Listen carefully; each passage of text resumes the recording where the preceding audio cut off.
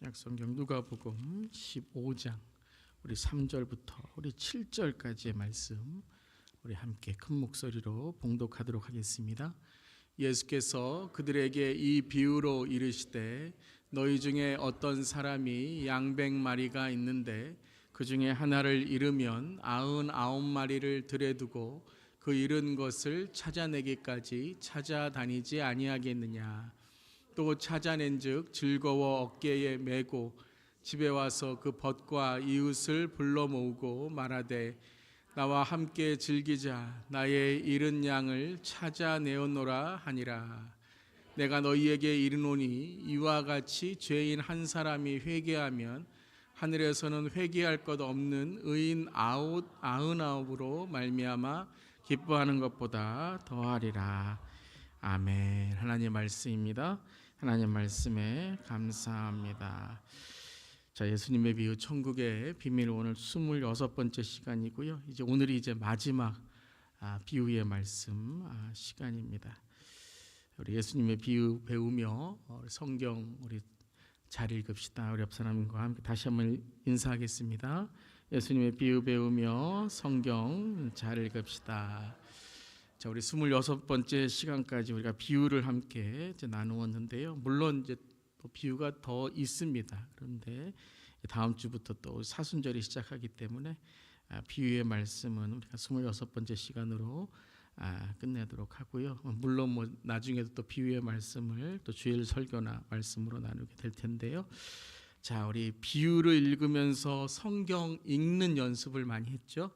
자, 어떤 연습을 했습니까? 첫 번째, 문맥을 파악하라. 그래서 앞뒤 구절 혹은 전체 내용과 연결을 하는 겁니다. 그것이 통독이라는 거예요. 통독은 그냥 한번 쭉 읽는 것이 아니라 성경을 통으로 보는 거예요. 연결해서 보는 것이다. 그것이 이제 특별히 문맥을 보는 것이고, 특별히 비유에서는 다른 복음서에 나타난 비유를 또 읽게 되면 도움이 되는 것이죠. 자, 두 번째는 내용을 묵상하라. 그래서 내용을 그저 겉핥기로 읽는 것이 아니라 그냥 뭐 이야기 읽듯이 하는 것만이 아니라 성경 속으로 들어가서 또 그 성경의 인물들을 한번 상상해보고 또 여러 가지 이제 이 말씀의 내용의 분위기들을 묵상하는 것입니다. 자, 세 번째는 내가 원하는 해석이 아닌 누가 말씀하시는 예수님이 말씀하시는 핵심을 찾아야 되는 것입니다. 그래서 예수님이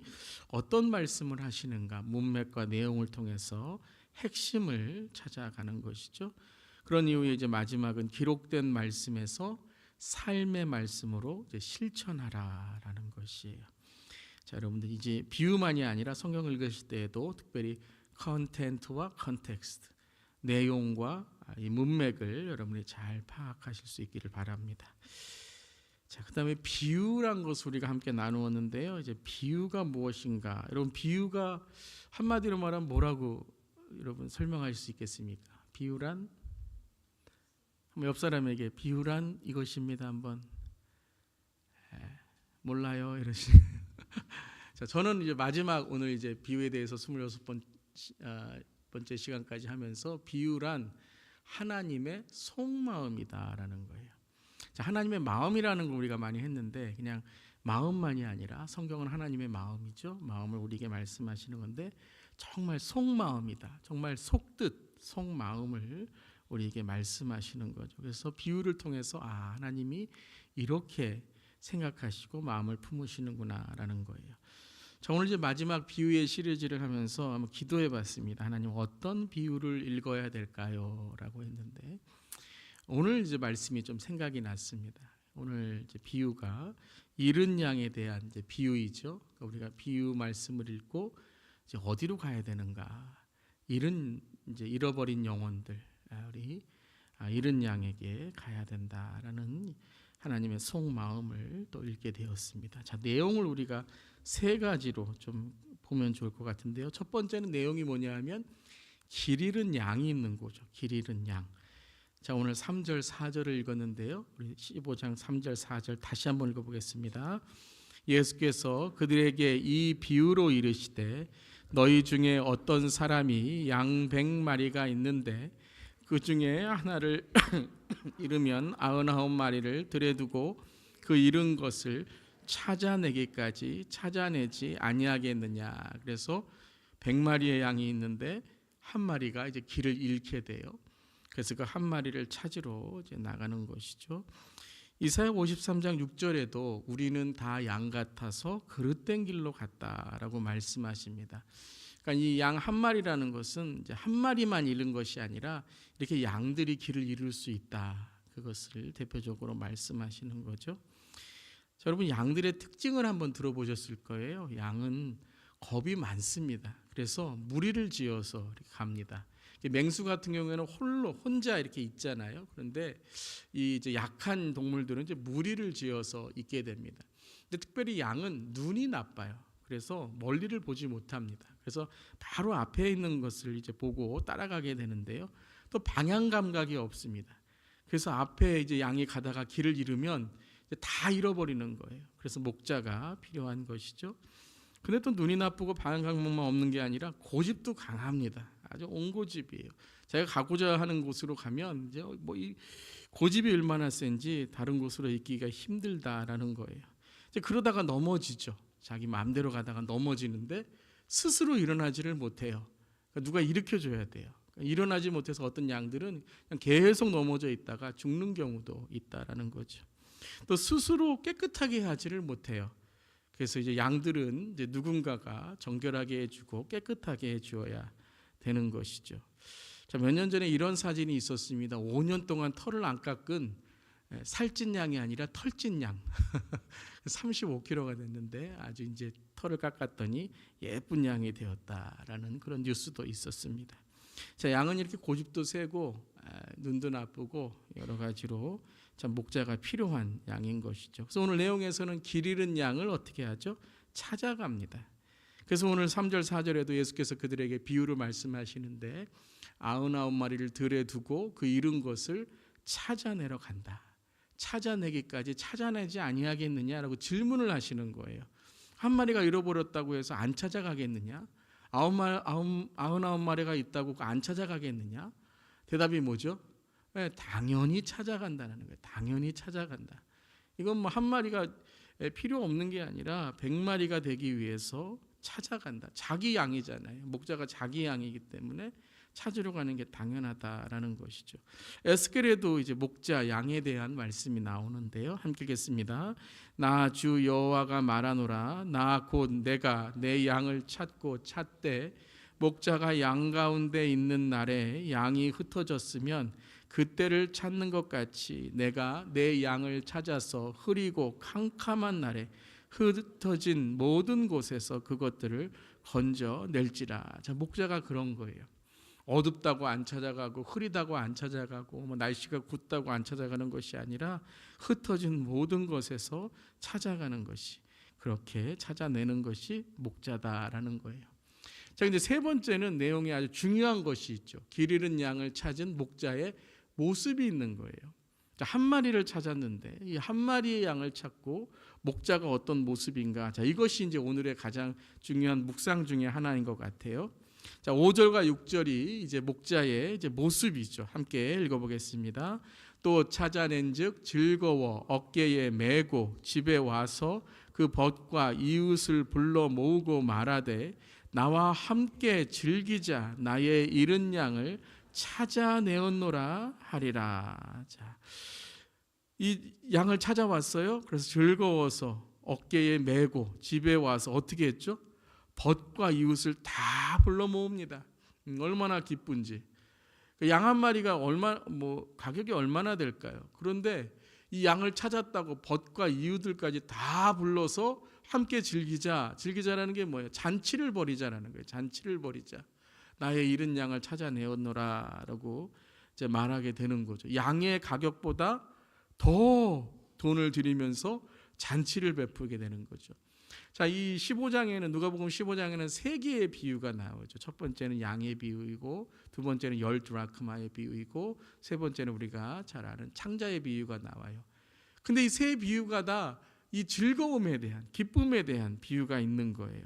누가복음 15장 9절도 함께 하겠습니다. 또 찾아낸즉 벗과 이웃을 불러 모으고 말하되 나와 함께 즐기자. 이른 드라크마를 찾아내오노라 하리라. 10드라크마 중에 1드라크마를 잃어버렸어요.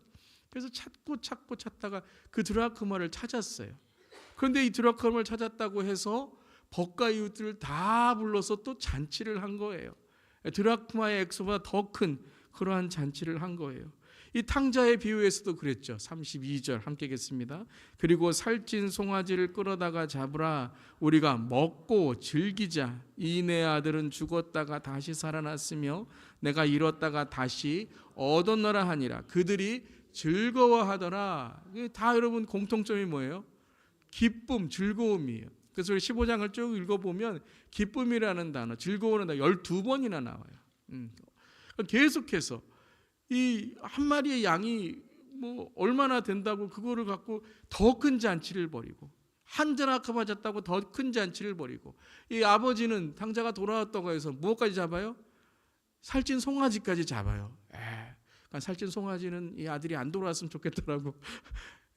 끌어가다가 잡아서 다 이제 송아지 얼마나 비쌉니까? 그런데 이것을 끌어다가 아들의 잔치를 이제 베풀게 되는 것이죠. 이 목자는 작은 것을 찾았지만, 한 마리를 찾았지만 그보다 더 큰 즐거움과 기쁨이 있다라는 것이에요. 자, 그렇다면 이제 이 내용과 문맥을 통해서 자, 우리가 이제 핵심을 묵상하는 것이에요. 핵심을 묵상하는 것.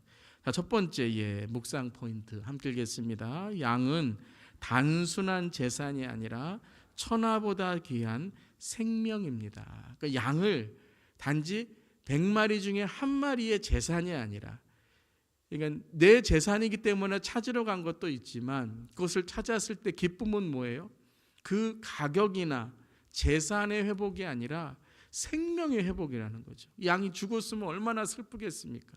평생 키웠던 양을 다시 찾은, 그 생명을 찾은, 천하보다 귀한 생명이다라는 것이에요. 그래서 누가복음 아까 읽었던 우리 15장 5절에도 나와 함께 즐기자라는 거예요. 함께 즐기자. 그러니까 단지 벗과 이웃만이 아니라 이 한 마리의 양을, 이 생명을 지킨 이것을 함께 즐기고 기뻐하자. 그래서 잃은이라는 이 단어, 나의 잃은 양이다라는 것은 생명, 그 어려움 가운데, 목숨을 잃는 가운데 그 생명을 구했다라는 구원의 의미가 있는 거예요. 구원의 의미가. 그러니까 예수 그리스도가 십자가에서 우리를 구원하시고 구속하신, 그래서 하나님께서 그 한 영혼을, 천하보다 귀한 한 영혼을, 목숨보다 귀한 한 영혼을 우리가 찾을 때에 기뻐하시는 거죠. 자, 마태복음 18장에도 이것과 동일한 이제 비유가 나오는데요. 이 마태복음 18장 마지막에 한 마리의 양을 찾았을 때 이렇게 우리 18장 10절에 말씀하십니다. 함께 읽겠습니다. 삼가 이 작은 자 중에 하나도 업신여기지 말라. 너희에게 말하노니 그들의 천사들이 하늘에서 하늘에 계신 내 아버지의 얼굴을 항상 배옵느니라. 자, 작은 자.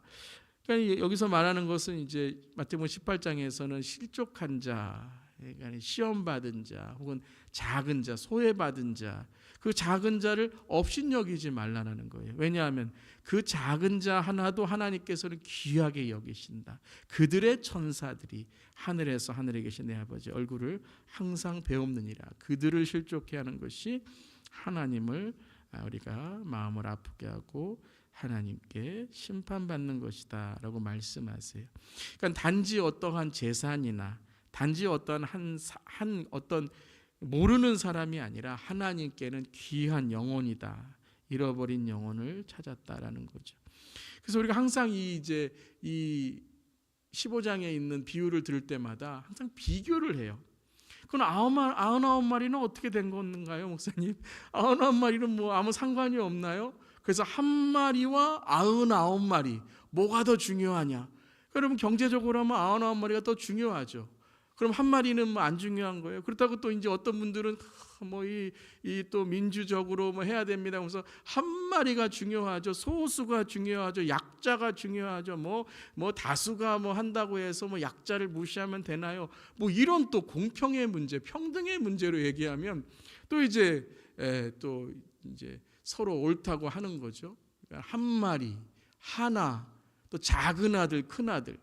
큰 아들이 중요합니까? 뭐 작은 아들이 중요합니까? 그럼 작은 아들은 또 다 기분 나빠하고, 뭐 큰 아들이 또 우리는 뭐냐 기분 나빠하고.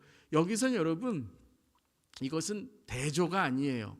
그러니까 한 마리, 뭐 99마리 이것이 아니라 한 마리, 99마리 다 뭐예요? 엔드라는 거예요. 엔드. 한 마리나 99마리나 다 무엇이라고요? 하나다라는 거예요. 하나다. 한 드라크마나 9드라크마나 다 뭐예요?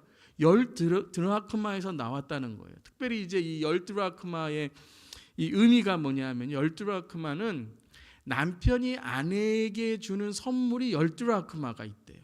네. 그러니까 그거 하나 잃어버리면 어떻게 되냐면 완전하지 않은 거예요. 예를 들어서 이겁니다. 여러분 10개의 진주가 박힌 반지를 받았어요. 반지 10개는 좀 그러네요. 목걸이를 받았어요.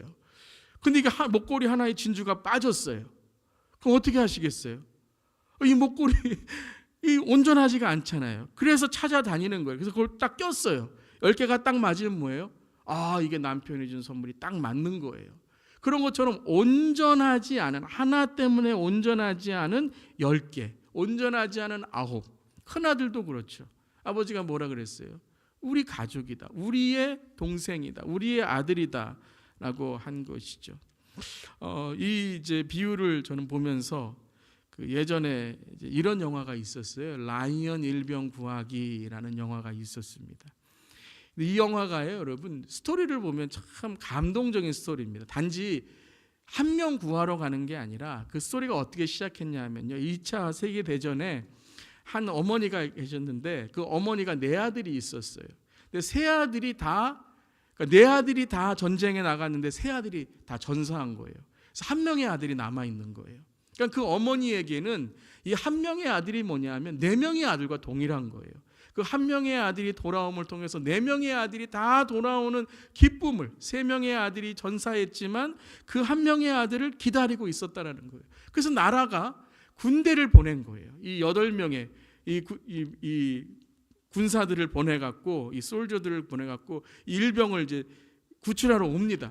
그래서 나중에 이제 그를 만나요. 라이언 일병을 만나요. 그래서 일병한테 이제 찾았으니까 돌아가자 그래요. 근데 이 일병이 뭐라 그러냐면요, 난 돌아갈 수 없대요. 왜냐하면 내가 이 다리를 지키기 위해서 동료들과 같이 왔는데 이 동료들을 남기고 내가 갈 수 없다라는 거예요. This is my family. This is my fellows. 그러면서 돌아갈 수 없다라는 거예요. 나 혼자 돌아가는 건 아무 의미가 없다라는 거예요. 어머니에게 뭐라고 말하라 했더니 내가 동료들과 함께 여기서 전사하는 그것을 어머니가 더 어떻게 하냐면 더 의미 있어 하실 것이다라는 거예요. 그 나중에 이 라이언 일병은 돌아가요. 근데 그 찾으러 왔던, 여기 이제 주인공이 되었던 그 대위는 거기서 전사를 하게 됩니다. 그러니까 뭐냐면 여러분, 이 라이언 일병군에는 한 명이 중요하기 때문에 한 명 구하러 다수가 가서 죽었다 이런 것이 아니라, 이 영화를 보면서 이 영화에서 가장 감동적인 하나의 메시지는 뭐냐면요, 우리 모두는 뭐냐면 가족이라는 거예요. 우리 모두는 다 하나의 공동체이고 가족이다라는 거예요. 한 명을 구하는 것이 모두를 구하는, 그리고 한 명이 죽은 것이 모두가 희생되는. 그래서 99이지만 한 명부터 시작하는 99. 그래서 이제 이 영화와 또 이 비유를 볼 때 하나와 99은 대조가 아니에요. 가족이라는 거예요. 가족이다라는 거예요. 하나와 99은 서로 비교하는 게 아니라는 거예요. 한 명 한 명이 다 누구라고요? 가족과 같은 바로 하나님의 자녀다라는 거예요. 이거 아주 성경적인 세계관이죠. 우리 모두는 다 하나님의 형상으로 지음받은 줄 믿습니다. 그래서 우리는 하나님의 작품이에요. masterpiece. 그러니까 우리는 비교할 수 없는 거예요. 우리는 상품이 아니에요. 우리는 상품이 아니라 뭐예요? 작품이에요. 작품. 목사님에게 우리 한번 이렇게 인사하겠습니다. 우리는 상품이 아니라 작품입니다. 우리는 프로덕트가 아니에요. 똑같이 만들어서 똑같이 해서 경쟁해서 누가 1등이 되고 2등이 되고 그런 우리 존재가 아니라, 하나님은 우리 각자를 다 소중하게 지으신 줄 믿습니다. 하나님의 창조로 우리 형상으로 우리 모두 다 하나님의 귀한 영혼이고 자녀인 줄 믿습니다. 그렇게 우리가 한 영혼을 볼 때 그 영혼들이 하나하나가 가족이 되고 공동체가 되고 교회가 되고 또 하나님이 기뻐하시는 사회 나라가 되는 줄 믿습니다. 자, 첫 번째는 이제 재산이 아니라 생명을 보아야 된다. 자, 두 번째 우리 함께 하겠습니다. 진정한 목자를 만난 양은 회복의 안식만이 아니라 회개의 탄식이 일어납니다. 자, 이것은 좀 결론적인 것을 우리가 말씀 나누는 건데요. 오늘 말씀이 6절까지는 이제 이야기, 스토리가 나오게 돼요. 근데 7절에서는 예수님께서 결론적인 말씀을 하시는데 회개에 대한 말씀을 하십니다. 우리 15장 7절 함께 읽겠습니다. 내가 너희에게 이르노니 이와 같이 죄인 한 사람이 회개하면 하늘에서는 회개할 것 없는 의인 아홉으로 말미암아 기뻐하는 것보다 더하리라 라고 말씀하세요. 이와 같이 죄인 한 사람이 어떻게 하면요? 회개하면이라는 거예요. 회개하면. 자, 오늘 이제 15장 전체의 비유의 시작이 1절과 2절이에요. 우리가 문맥을 볼 때 누구의 어떤 대상으로 얘기하냐도 또 우리가 중요하다고 함께 나누었죠. 1절, 2절에 대상이 나와요. 함께 읽겠습니다. 모든 세리와 죄인들이 말씀을 들으러 가까이 나오니 바리새인과 서기관들이 수군거려 이르되 이 사람이 죄인을 영접하고 음식을 같이 먹는다 하더라. 그러고서 예수님께서 그들이 누구예요? 바리새인과 서기관들에게 이 비유를 주신 거예요. 자, 마태복음 18장에는 제자들에게 비유를 주셨어요. 그래서 제자들에게 실족한 자, 작은 자도 업신여기지 말라라고 하늘에서 하나님께서 기억하시고 그들의 천사가 항상 하나님의 얼굴을 뵙는다. 그래서 이제 작은 자들도 하나님께서 귀하게 여긴다라는 것이라면 15장에서는 대상은 바리새인과 서기관들이에요. 그러면서 모든 세리와 죄인들이 말씀을 들으러 예수님께 가까이 왔을 때 그들이 이제 조롱하는 거죠. 수군거리는 거죠. 야, 어떻게 저런 죄인들과 세리들과 그렇게 부정한 자들과 음식을 먹고 저렇게 가까이 할 수 있어? 라고 하면서 이 사람이 죄인을 영접하고 음식을 가까이 먹는다라고 수군거리고 있는 거예요. 그때 예수님께서 이제 이 비유를 주신 것이죠. 바로 이 한 영혼, 그 바리새인들이 또 그 유대 지도자들이 부정하다고 동물과도 못하게 취급하는 그 한 사람 한 사람이 하나님의 귀한 자녀다라고 말씀하세요. 자, 그런 이후에 이제 오늘 이제 이 7절 말씀을 하신 거죠. 내가 너에게 이르노니 이와 같이 죄인 한 사람이 회개하면 하늘에서는 회개할 것 없는 의인 아홉보다 말미암아 기뻐하는 것 더하리라라고 말씀하세요. 자, 회개하면이라고 말씀하셨거든요. 회개하면. 근데 여러분, 자, 우리가 내용을 좀 우리가 보면서 오늘 이 7절 말씀을 좀 이해했으면 좋겠어요. 자, 오늘 말씀에서 양이 회개해서 돌아왔습니까? 아니면 목자가 양을 찾으러 갔습니까? 목자가 양을 찾아갔잖아요. 양이 뉘우치고 돌아왔다는 얘기는 없어요. 네. 물론 양이 뭐 말을 할 수 없으니까 뭐 뉘우쳤다 이런 얘기는 없겠지만, 근데 오늘 말씀에서는 뭐냐면 그 죄인 한 사람이 회개해서 돌아오면이라고 말씀하세요. 그러니까 여러분, 이 말씀을 여러분 가만히 한번 묵상해 보기를 원합니다. 오늘 회개에 대해서 우리가 좀 생각해 보면 좋을 것 같아요.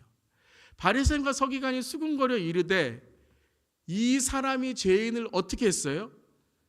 영접하고라고 했어요.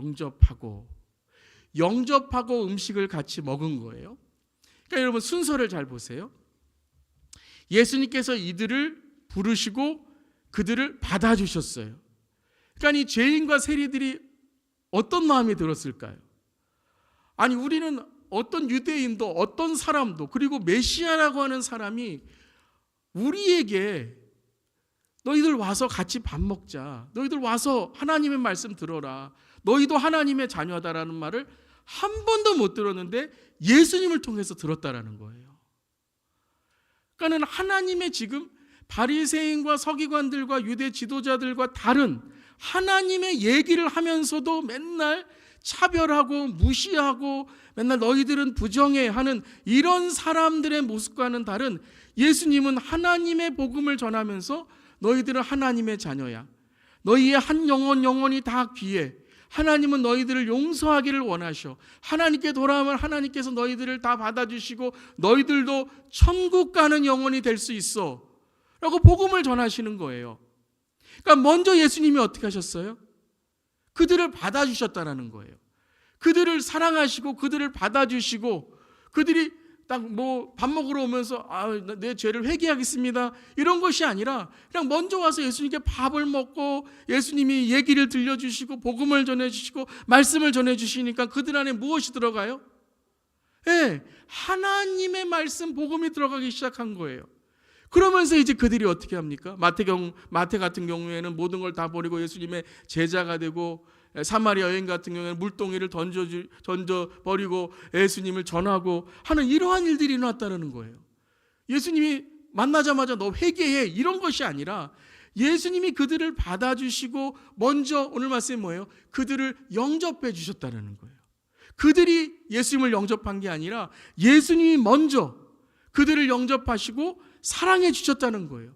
그랬더니 그 결과가 뭐예요? 회개가 일어났다는 거예요.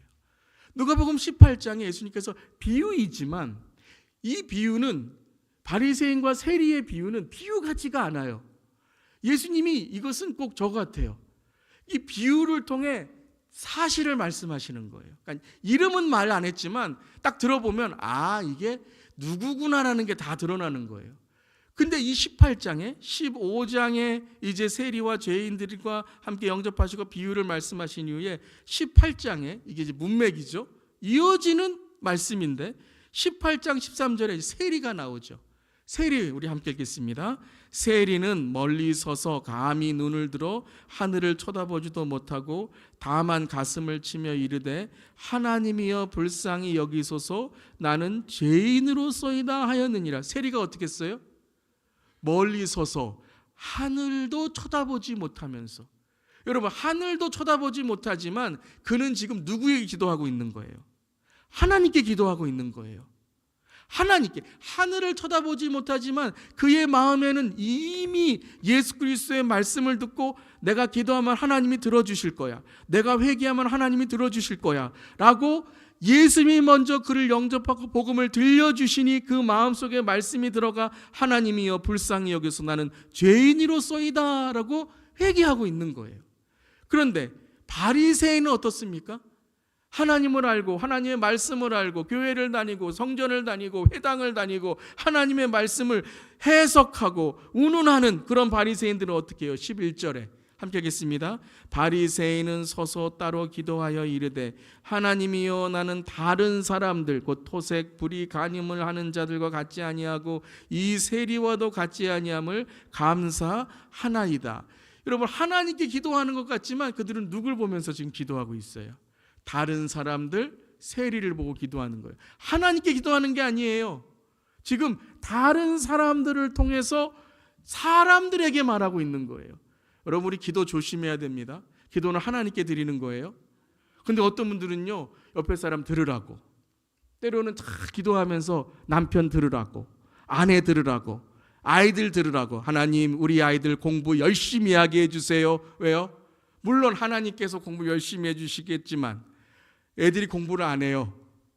그러니까 기도를 통해서 뭔가 교훈을 전하고 기도를 통해서 뭔가 잔소리를 전하는, 그러니까 아이들이 뭐라 그래요? 기도만 하면 엄마 아빠는 공부하라는 말밖에 안 해 이러는 거죠. 뭐냐면 이 바리새인이, 물론 우리가 그런 기도하는 게 나쁘다는 말씀이 아니에요. 그런데 하나님께 기도하는 것이 아니라 바리새인들은 어떤 기도를 해요? 사람들에게 자기의 의를 주장하고 있는 거예요. 그들 안에 뭐가 없어요? 하나님의 사랑이 없죠. 하나님의 의가 없죠. 하나님의 회개가 없죠. 여러분 누가복음에 우리 탕자의 비유를 볼 때, 15장에 우리가 탕자의 비유를 볼 때 탕자가 회개해서 아버지가 받아준 것처럼 우리는 생각을 해요. 탕자가 아버지 죄송합니다, 나를 좀 받아주세요. 그래서 그래? 내가 한번 받아줘 볼까? 내가 회개하나 잘하나 한번 뽑자. 그래서 받아준 게 아니죠. 누가복음 15장, 이거 구절이 좀 잘못됐는데요. 15장 우리 함께 읽겠습니다. 이에 일어나서 아버지께로 돌아가니라. 아직도 거리가 먼데 아버지가 그를 보고 치근히 여겨 달려가 목을 안고 입을 맞추니 아들이 이르되 아버지 내가 하늘과 아버지께 죄를 지었사오니 지금부터 아버지의 아들이라 일컬음을 감당하지 못하겠나이다 하나. 누가 먼저 용서해 줬어요? 회개해서 용서해 줬어요? 용서해 준 이후에 아들이 회개했어요. 용서해 준 이후에 회개했어요. 그러니까 회개해서 용서하신 게 아니에요. 용서의 조건은 회개가 아니에요. 뭐예요? 용서의 조건은 은혜죠. 아버지의 은혜라는 거예요. 이거 여러분 잘 들으시길 바랍니다. 여러분, 우리가 구원의 시작은 회개인 줄 믿습니다. 우리가 회개해야 돼요. 그런데 회개의 조건이 뭔지를 우리가 알아야 돼요. 함께 읽겠습니다. 온전한 회개의 시작은 나의 죄가 아니라 하나님의 은혜라는 거예요. 여러분, 왜 우리가 회개해야 돼요? 죄 씻음 받기 위해서? 아니라는 거예요, 여러분. 이미 예수님은 십자가에서 우리의 죄를 모두 사해 주신 줄 믿습니다. 우리가 아직 죄인 되었을 때, 다시 말하면 우리가 회개하지 않았는데도 하나님께서 예수 그리스도를 이 땅에 보내심으로 십자가에서 하나님의 사랑을 어떻게 하셨다고요? 확인하시고 증거하셨다는 거예요. 여러분 잘 들으셔야 돼요. 그렇다면 우리 회개하지 않아도 되는구나, 이 말씀이 아니고요. 진짜 회개가 뭔지를 말씀하시는 거예요. 진짜 회개는 내가 요거 회개하면 죄 씻어 주시니까 내가 다음번에도 또 죄 질 수, 이게 아니라는 거예요. 죄가 많은 곳에 은혜가 많으니까 죄 많이 져야 은혜가 있다. 여러분 이거 진짜 위험한 거예요. 그분 회개 안 해요. 죄만 져요. 그런데 온전한 회개의 시작은 죄부터가 아니라 하나님의 은혜를 알기 때문이에요. 여러분, 우리가요, 나 미안해, 내가 이번에 잘못한 것 같아. 여러분, 어떤 가정은요, 이게 쉬운 가정들이 있어요. 자녀들이 뭘 잘못해도 아빠 엄마 I'm sorry, 내가 이번에 I made a mistake, can you forgive me? 이게 쉬운 가정들이 있어요. 그런 가정은 뭐예요? 아빠 엄마의 은혜가 있는 가정이에요. 내가 I'm sorry 하면 용서해 줄 것이다라는 믿음이 있는 가정이에요. 근데 내가 용서해달라 그래도 이게 용서가 될까 안 될까? I'm sorry 해도 몽둥이는 한 5번 정도 맞아야 되고, 불안한 아이들은요 I'm sorry 안 해요. 미안하다고 안 해요. 근데 그런 아이들이 크면요, 이제 이 마음에 쓴뿌리 상처가 있는 거죠. 다른 사람을 용서하기가 힘들어요. 여러분, 온전한 회개는 하나님의 은혜에 대한 믿음이라는 거예요. 내가 잃어버렸을지라도 하나님이 나를 찾아주신다라는 그 믿음이라는 거예요. 오늘 이 잃어버린 양의 포인트가 여기에 있는 거예요. 잃어버렸을지라도 목자는 어떻게 한다고요? 목숨을 걸고 찾되 또 찾되 찾는다라는 거예요. 하나님은 우리를 끝까지 찾으시는 줄 믿습니다. 그러니까 우리가 왜 회개해야 되는가? 하나님의 은혜 때문에 회개하는 거예요.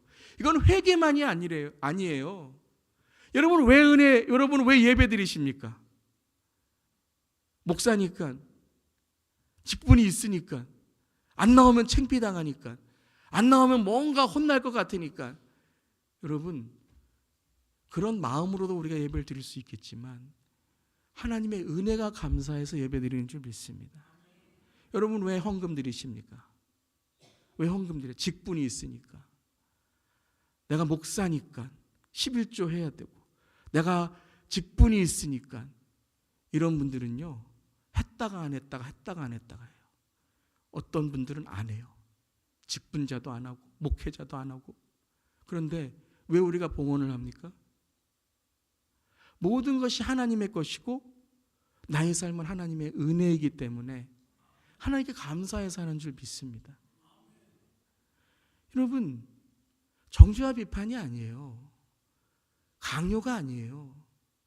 정말 그렇더라고요. 많아서 드리는 게 아니고요. 감사해서 드리더라고요. 정말 내 삶에 하나님의 은혜가 있을 때 여러분 정말 회개하더라고요. 정말 그래요. 우리 주위에도요. 정말 사랑이 넘치고 사랑하는 사람에게 어떻게 하냐면요. 어떻게 하면 더 사랑할 수 있을까? 그래서 어떤 분은 그러시더라고요. 나는 너무 미안하대요. 왜요? 더 해줘야 되는데 못하는 거예요. 돈이 없어서, 시간이 없어서, 마음이 부족해서 더 해줘야 되는데, 아니 지금 하는 것만 해도 넘치는데요. 아니 교회에 이렇게 봉사하는 것만 넘치는데요. 아니래요. 더 주님을 위해 섬겨야 된대요. 아니 뭐 예배 나오시고 매일 큐티 하시고 뭐 기도회 다 나오시고 하는데 아니래요. 더 기도해야 된다고요. 월요일도 나와야 된대요. 화요 성역 공부, 수요 예배, 목요 성역 공부, 금요일 풍찬 열기, 토요일 새벽 기도인데 월요일은 없대요. 그러니까 월요일도 나와서 있어야 된대요. 할렐루야. 이 강요로 됩니까, 여러분? 안 돼요. 안 돼요. 하나님의 은혜라는 거예요. 저는요, 제가 회개를 많이 설교하는 목사이지만 회개는 우리가 죄 때문에 하는 것이 아니라 은혜 때문에 하는 줄 믿습니다. 하나님 감사합니다. 하나님을 더 섬겨야 되는데, 하나님 더 설교해야 되는데, 하나님 더 깨어 있어야 되는데, 하나님 우리 다음 세대를 주님께 인도해야 되는데, 하나님의 은혜가 얼마나 놀라운데 하나님 이 은혜가 헛되지 않게 하여 주시옵소서. 나 살아있는 동안에, 평생 동안에, 내 재능이 있는 동안에, 내가 정말 일할 수 있는 동안에, 내가 설교할 수 있는 동안에 하나님 아직도 죄인이고 부족하지만 주님의 사랑을 전하게 하여 주시옵소서. 이것인 줄 믿습니다. 로마서 5장 7절 8절도 이렇게 말씀하십니다. 함께 읽겠습니다. 의인을 위하여 죽는 자가 쉽지 않고 선인을 위하여 용감히 죽는 자가 혹 있거니와 우리가 아직 죄인 되었을 때에 그리스도께서 우리를 위하여 죽으심으로 하나님께서 우리에 대한 자기의 사랑을 확증하셨느니라. 의인을 위해 죽는 자도 쉽지 않고 선인을 위해 용감히 죽는 자가 혹은 있어요. 그런데 죄인을 위해서 죽는 자, 원수를 위해 죽는 자는 없다라는 거예요. 그런데 우리 하나님은 예수님을 이 땅에 보내심으로, 우리를 위해 죽으심으로 자기의 사랑을 확증하신 것입니다. 그래서 우리는 무엇으로 구원을 얻는 거예요? 은혜예요. 은혜로 구원을 얻는 줄 믿습니다. 함께 읽겠습니다. 너희는 그 은혜에 의하여 믿음으로 말미암아 구원을 받았으니 이것은 너희에게서 난 것이 아니요 하나님의 선물이라. 행위에서 난 것이 아니니 이는 누구든지 자랑하지 못하게 함이라. 아멘. 오직 은혜인 줄 믿습니다. 자, 그러면 이 은혜를 깨달은 자, 제가 오늘 이제 마지막 결론이 이거예요. 우리가 은혜를 깨달은 자로 이 비유의 삶을 살아갈 수 있기를 바랍니다. 3번 우리 마지막으로 함께 읽겠습니다. 비유를 듣는 사람들에게 하나님의 속마음을 품고 실천할 것을 촉구하십니다. 비유가 뭐라 그랬죠? 하나님의 속마음이라는 거예요. 하나님의 속마음.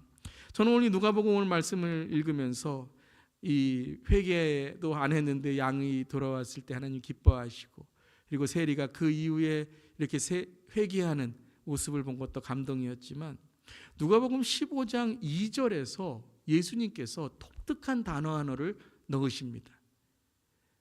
이 앞의 비유에서는 잘 나지 않았던 독특한 비유가 있어요. 이 말씀이 있어요. 그게 뭐냐면 너희 중에라는 거예요. 예수께서 그들에게 이 비유로 이르시되 너희 중에 어떤 사람이 양 100마리가 있는데, 많은 비유들은 어떻게 시작했어요? 어떤 사람이 이렇게 시작했어요. 근데 이 비유는 뭐냐면요, 바리새인들에게 이렇게 말씀하시는 거예요. 너희 중에 양 100마리가 있는데, 그러니까 이 바리새인들 서기관들도요 나쁜 사람 아니에요. 나쁜 사람 아니에요. 악한 사람 아니에요. 그들이 율법을 읽다가 이기적인 마음이 들어가고 남 무시하는 마음이 들어가고 마음에 안 드는 사람이 있으면 그 사람 나한테 와서 회개를 해야지.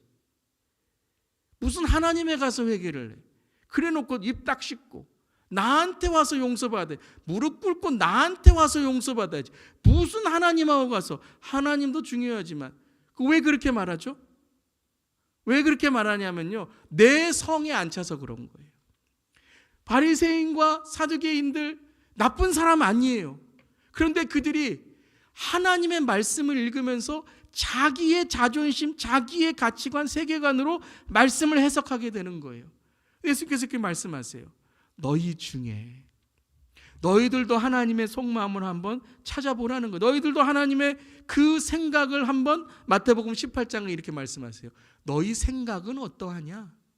너희 생각은 어떠하냐? 만일 어떤 사람이 양 100마리가 있는데, 제가 그래서 마지막 이 어떤 비유를 주님 읽을까요? 라고 기도하는 가운데 이 말씀 때문에 오늘 마지막 비유를 이 잃은 양으로 한 거예요. 여러분 중에, 여러분, 우리의 생각은 어떠합니까? 이 비유들이 단지 먼 예수님이 말씀하신 이 몇천 년 전에 있었던 비유가 아니라 오늘 우리가 살아가는 삶 속에 이 비유를 26번이나 듣고 우리가, 그러면 우리 중에 잃어버린 영혼, 우리 가족 중에 잃어버린 영혼, 우리 성도님 중에 아직도 예수 안 믿고 종교적으로 그저 나오는 분들, 직분만 달고 내가 그냥 예수 안 믿어도 천국 갈 수 있구나, 이런 잘못된 일들이 있다면 여러분 어떻게 생각하십니까? 여러분은 어떻게 생각하십니까? 나는 정말 천국 갈 수 있다고 생각하십니까? 어떻게 생각하냐는 거예요. 너희들 가만히 생각해봐라. 너희들이 그렇게 차별하고 무시하고 그렇게 하나님이 아니라 다른 사람들 보면서 종교적으로만 살아가는데 한번 생각해보라. 너희가 99마리냐 1마리냐? 너희들이 1마리다라는 거예요. 사랑하는 성도 여러분, 우리가 말씀을 자꾸 듣는 자로만 끝나지 말고 말씀을 행하고 실천하는 자가 되기를 바랍니다. 야고보서 1장 22절부터 25절 말씀 읽겠습니다. 너희는 말씀을 행하는 자가 되고 듣기만 하여 자신을 속이는 자가 되지 말라.